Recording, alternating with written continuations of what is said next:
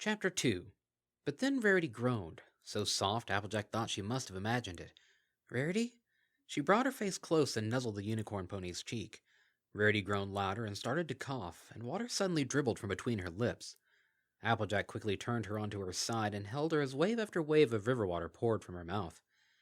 "Oh, thank Celestia," said Applejack, patting Rarity on her back to help dislodge the last of the water she had breathed in. "You're breathing again. You're okay." Applejack's top lip quivered. "For a minute there I thought I'd lost you," she whispered. Rarity looked up at Applejack groggily. The unicorn pony's beautiful indigo mane, wet and tangled, was plastered to her face and neck, and her coat was caked in mud and river weeds.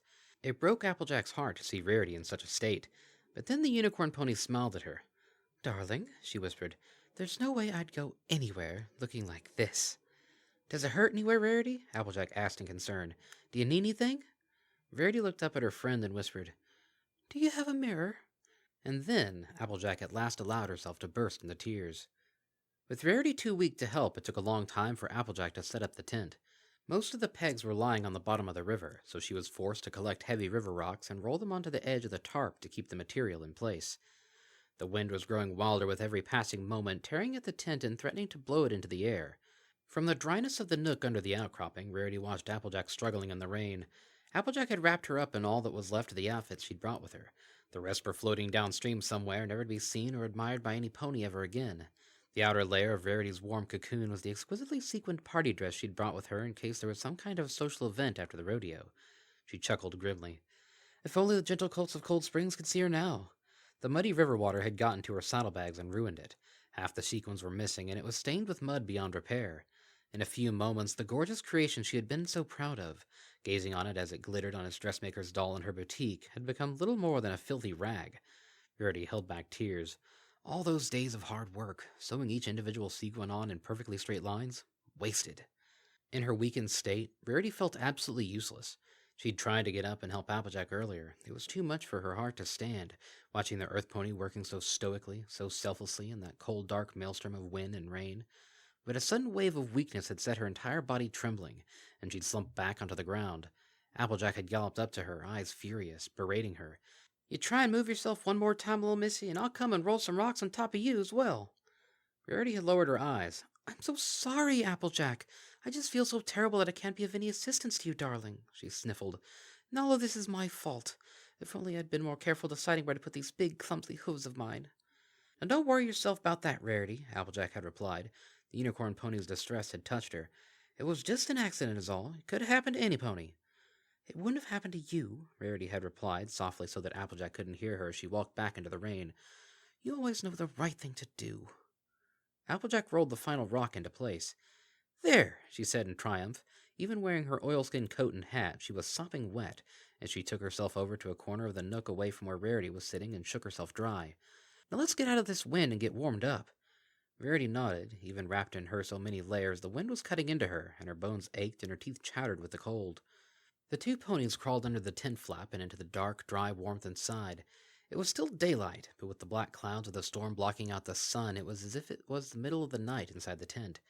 Applejack flicked on a torch with her mouth and placed it in a corner of the tent. Its pale yellow light made huge shadows of the two ponies against one side of the tent, and Rarity's eyes suddenly lit up in delight when she saw them. "Even wrapped up in rags, I have such a svelte silhouette," she beamed, striking a pose. "And Applejack, just look at you." She pointed at Applejack's silhouette magnified on the wall of the tent. "You know, my dear, your cowboy hat really is so charming. Its wide brim is simply the perfect accessory for your ponytail. It balances it so well."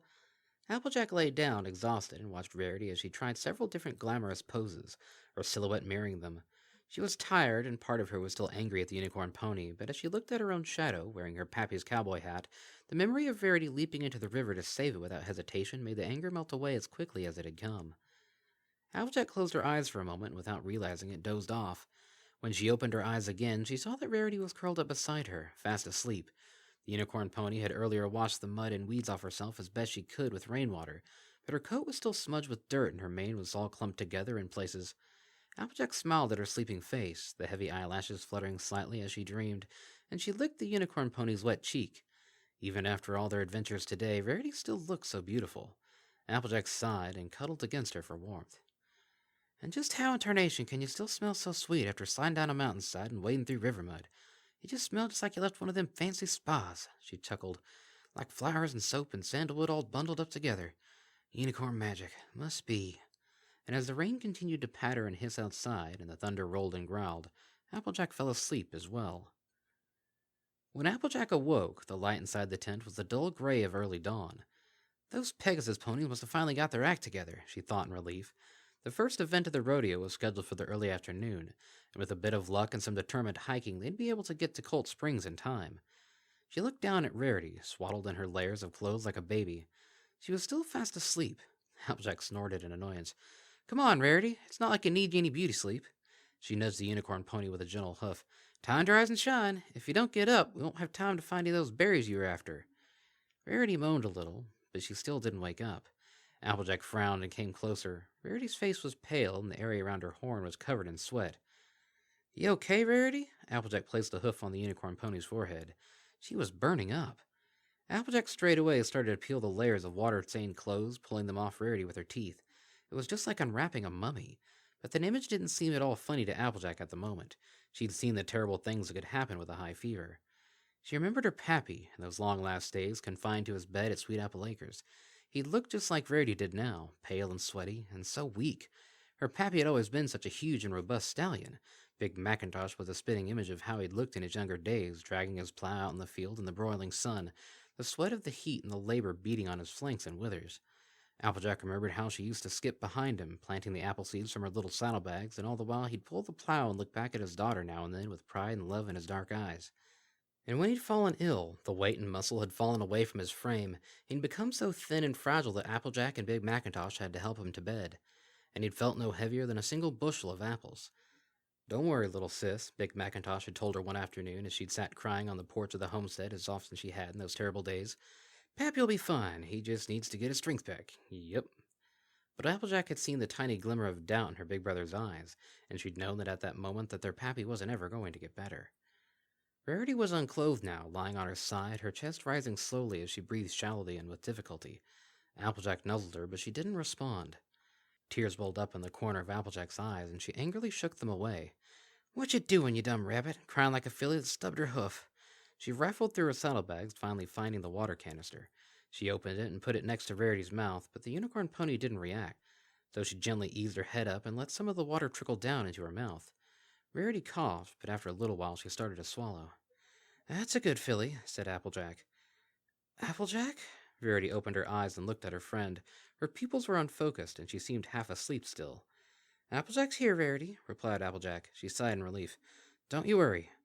"Applejack, Now don't you try and talk, Rarity. You got an awful high fever. You need to rest up, else—" She tipped the little remaining water in the canister into Rarity's mouth, and she drank it. Rarity coughed again. "So thirsty. Applejack." Applejack nodded. "Course you are," she replied. "You awful dehydrated." She stood up and went to the flap of the tent. "Just you wait a short while. I'll be back soon. Just gotta find some fresh water." The morning light was clear and crisp and the air fresh as Applejack followed the river a little ways upstream. Thankfully, she didn't have to travel far to find water. She knew there was a little spring somewhere on the rocky face of the ridge as it twisted away from the river and back into the foothills. Her pappy had been the one who'd first shown it to her all those years ago when she'd made the journey to Colt Springs to watch her first rodeo with him. "My little applebucker, you got a real talent with the lasso," he'd told her as they traveled through the Swayback Mountains together. She'd been around Apple Bloom's age at the time, and she was riding on her pappy's back since her own short legs had become tired from walking. "I see you snare a rabbit from 15 feet away. That's no mean accomplishment for a little filly." "I told him I was sorry," Applejack had sniffed. Her pappy had laughed a great rolling laugh that had echoed through the mountains. "Applejack, that big old heart of yours is 10 sizes too big for that little body of yours." He smiled at her. "One day, you're going to be something great." Applejack was so deep in reminiscence that she realized she'd already passed the spot. She doubled back a short way and at last found the spring. She nudged the canister into place under the trickle of glittering water and watched it slowly fill. "I'm sorry, Pappy," she whispered. "I trained so hard the whole year. I was sure this season I was going to do your memory proud." Before he'd become an apple farmer, her pappy had been a rodeo star. He'd been a famous name among the plains ponies for years, but had finally given it away to start a family. But one day, Applejack had found his old lasso in a box up in the hayloft, and had started practicing with it during break times on the farm in secret. She'd gotten away with it for about a month before her pappy had stumbled upon her, trying to pull the lasso off a tree branch she'd snared. She thought he'd be angry, but he just watched her and smiled, a blade of grass in his mouth, until she finally got it loose. I always thought it'd be Macintosh that inherited the spark, he'd explained, taking the lasso from her and showing her how to hold it correctly. But it seems that old saying ain't wrong after all. It's sometimes a little apple seed that grows into the tallest tree. The canister was full to overflowing, so Applejack capped it and picked it up in her mouth. A sudden feeling of loss and disappointment welled up in her. She realized that there was no way that she'd be able to make the rodeo now. All those months of practice had been all for nothing. All those dreams of honoring her pappy's name. All because of that puffed-up unicorn pony. She galloped back to the tent and angrily pushed her way inside through the flap. I got your water, Rarity, she said. Are you feeling any better now? Rarity lifted her head. A little, she managed to say. Applejack brought the canister to her lips, and this time Rarity was able to drink from it herself. Rarity watched at Applejack as she drank. The earth pony had turned her back on her and was busy packing up her saddlebag. What's the matter, darling? She asked. Then realization dawned on her, and she said, Oh. Oh? Oh? Applejack turned on her angrily. Is that all you have to say for yourself? Oh? Rarity's face fell at the angry onslaught. Darling, I'm so sorry, so frightfully, terribly sorry. You won't be able to make the rodeo now, will you? She couldn't look at Applejack's incriminating eyes any longer, and she stared at the floor of the tent. And it's all my fault, isn't it? She whispered. All of it, Applejack nodded. Now just lay there and rest yourself while I get everything packed up. We should be able to get back to Ponyville before sundown.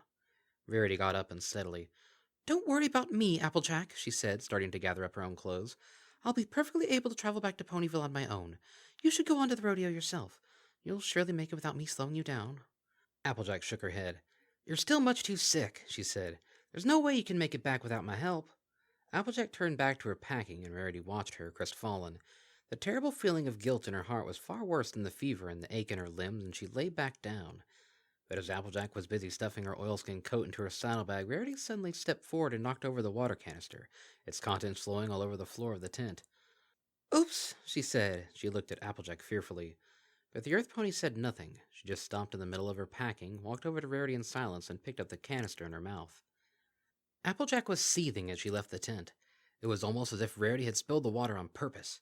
And what did it matter now, anyway? She stoically galloped back to the spring and refilled the canister, and in a short while she returned to the tent. As she pushed open the flap, she said, Now don't spill this one, you hear? But then she noticed the tent was empty except for her own half-packed saddlebags. Rarity and all of her belongings were gone.